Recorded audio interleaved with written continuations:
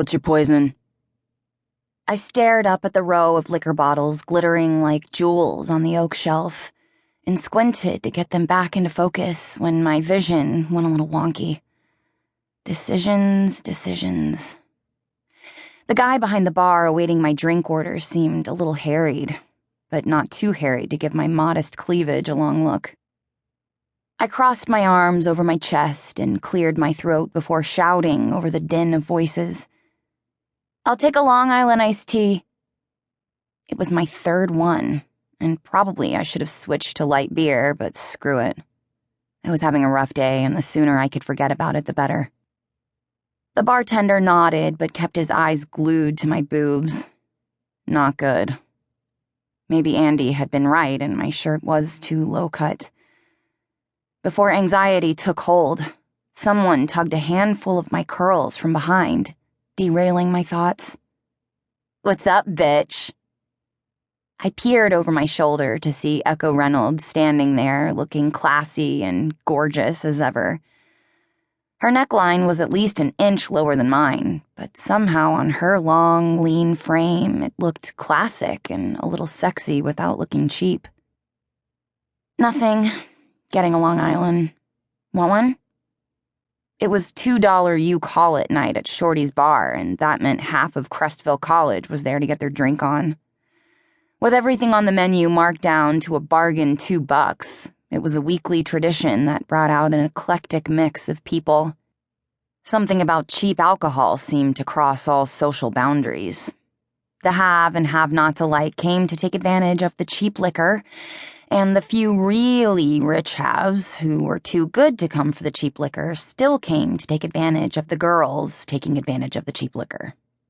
It was pandemonium pretty much every week, and with tonight being the night before spring break, it was even crazier than usual. Spring break. My stomach pitched as I thought about how I should handle that whole mess now. "Get me a rum and diet," Echo said to the bartender as he passed.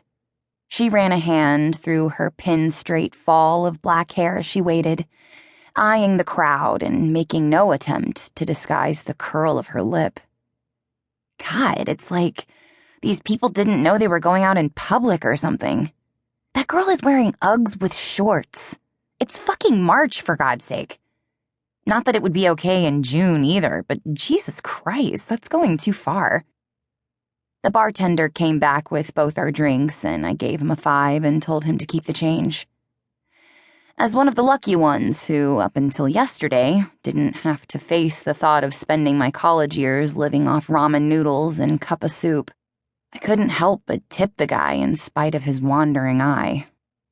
There would be plenty of kids in line behind me who wouldn't, and even with my financial circumstances on the verge of a major catastrophic change, years of habit wouldn't allow me to stiff him in good conscience.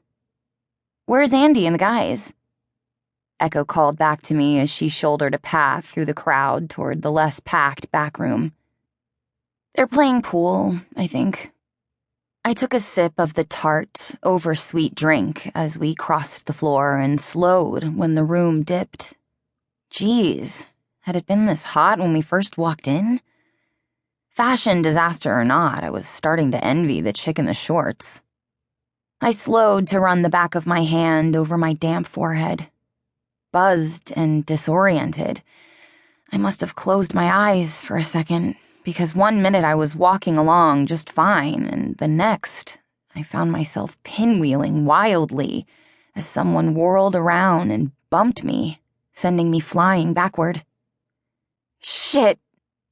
I squeezed my eyes closed, bracing for the impact of soft ass hitting hard floor, when a strong pair of arms closed around my waist and steadied me. "Are you okay?" A low, gritty male voice asked. I blinked twice and tried to catch my breath. Was I?